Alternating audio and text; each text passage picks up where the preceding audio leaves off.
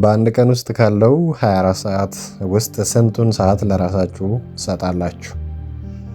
ስልካችሁን ዘግታችሁ ከሰው ወሬ ርቃችሁ ከማህበራዊ ሚዲያ ጫጫታ ወጥታችሁ ብቻችሁን ከራሳችሁ ጋር የምታሳልፉ ጊዜ አለ? በአሁኑ ዘመን ዓለማችን በጣም ተጣልፋለች። ሁልጊዜ ስራ ላይ ነን፣ ሁልጊዜ ስልክ ላይ ነን ወይም ከሰዎች ጋር ነን። በዚህ መሃል ግን አንድ በጣም ውድ ነገር እየረሳን ነው። እሱም የብቻ ጊዜ ወይም ሚ ታይም ነው። ብዙ ሰዎች ብቻቸውን መሆንን ከብቸኝነትና ከድብርት ጋር ያያይዙታል። እውነታው ግን ከዚህ ፍጹም የተለየ ነው። እንግዲህ ወደ ዋናው ነጥባችን ከመግባታችን በፊት ብቸኝነትና የብቻ ጊዜን መለየት ይኖርብናል። ብቸኝነት እንግዲህ በተለያየ መንገድ ኢቭን ባለመፈለግም ሊሆን ይችላል፣ በተለያዩ ሁኔታዎች የሚመጣ እና አብዛኞቻችን የምናውቀው ፊል የምናደርገው ነገር ነው ብቸኝነት። የብቻ ጊዜ ደግሞ ወይም ሶሊቲዩድ የምንለው ግን ምርጫ ነው። ይሄ ራስን ለመገንባት፣ አይምሮን ለማሳረፍ እንደዚሁም ደግሞ ጉልበትን ለማደስ ሆን ብለን የምንወስደው ጊዜ፣ ለራሳችን የምንሰጠው ስጦታ ማለት ነው የብቻ ጊዜ የምንለው። ስለዚህ ብቻችንን ስንሆን በሆኑ ነገሮች የተሰበርን፣ የተሸነፍን ወይንም ደግሞ የተገለልን ሳይሆን ለራሳችን ክብር እየሰጠን ነው ማለት ነው። እንግዲህ የብቻ ጊዜ 4 ዋና ዋና ጥቅሞች አሉት። የመጀመሪያው አይምሮ ሪሴት ያደርጋል ወይም ብሬን ሪቻርጅ ማለት ነው። እንግዲህ ስልካችን ቻርጀር እንደሚያስፈልገው ሁሉ አይምሮአችንም ሪቻርጅ መደረግ ይኖርበታል። ቀኑን ሙሉ መረጃ ስንቀበል መዓት አይነት ጥሩም መጥፎም ወሬ ስንሰማ ውለን ብቻችንን ስንሆን ግን አይምሮአችን ያገኘውን መረጃ ምን ያደርጋል? ያደራጃል ማለት ነው፣ ይረጋጋል። እንደዚሁም ደግሞ ውጥረትን ይቀንሳል። ይሄ ማለት እንዴት ነው?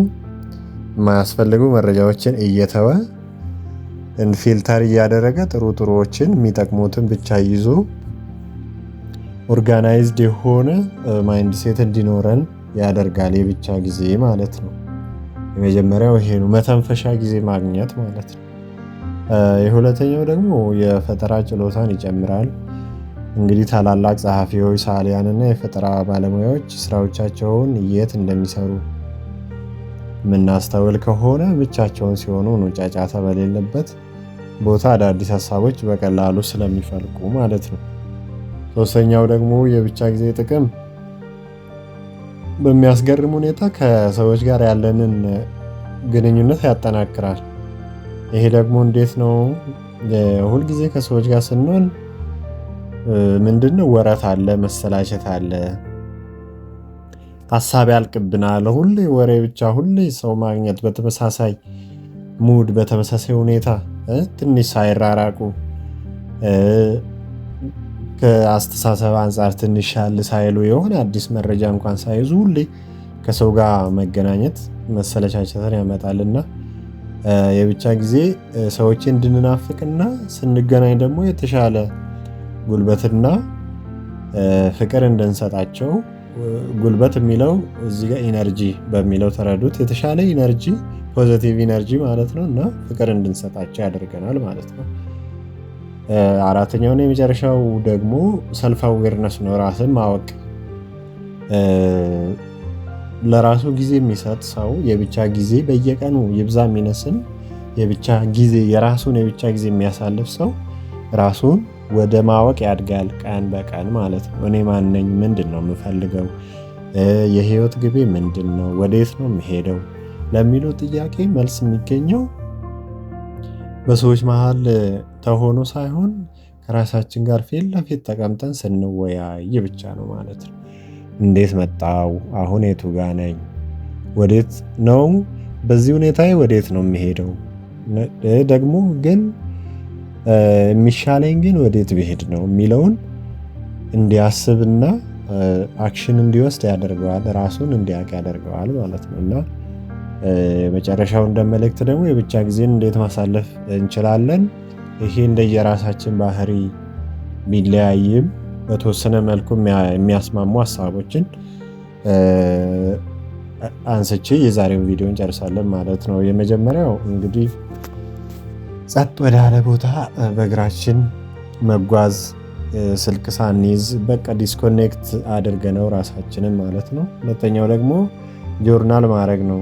የሚሰማንን ስሜት፣ እቅዳችንን፣ ምስጋናችንን በማስታወሻ ላይ ማስፈር ይቻላል። እንደዚሁም ደግሞ መጽሐፍ ማንበብ አይምሮን የሚያሳድጉ ስለ ሰልፍ አዌርነስ ፓርቲኩላርሊ የሚያወሩ ወይንም ደግሞ ሁሉም ሰው እንደየ ኢንተረስቱ የሚወደውን መጽሐፍትን በጸጥታ ማንበብ፣ ከዛ ደግሞ የሚወዱትን ነገር ማድረግ፣ ስዕል የሚወድ ሰው ስዕል መሳል፣ ኢቭን ምንም ሳያደርጉ ደግሞ ዝም ብሎ በሀሳብ መጓዝ። ቅድም እንዳልነው ከየት ነው የመጣሁት፣ አመጣጤ ምን ይመስላል፣ ዛሬ ላይ የቱ ጋር ነው ያለሁት፣ ወደፊት ደግሞ ወዴት ነው መሄድ የሚኖርብኝ የሚለውን በማሰብ በማሰላሰል ማሳለፍ ይቻላል ማለት ነው። እና እንግዲህ ለሌሎች ሰዎች ጊዜ እንደምንሰጠው ሁሉ ለራሳችንም ጊዜ መስጠት ራስ ወዳድነት ሳይሆን ራስን መውደድ ነው። ራሱን የማይወድና የማይንከባከብ ሰው ደግሞ ለሌሎች መትረፍ አይችልም። የዛሬው መልእክቴ ነው። በቀጣይ ቪዲዮ እስክንገናኝ ሰላም።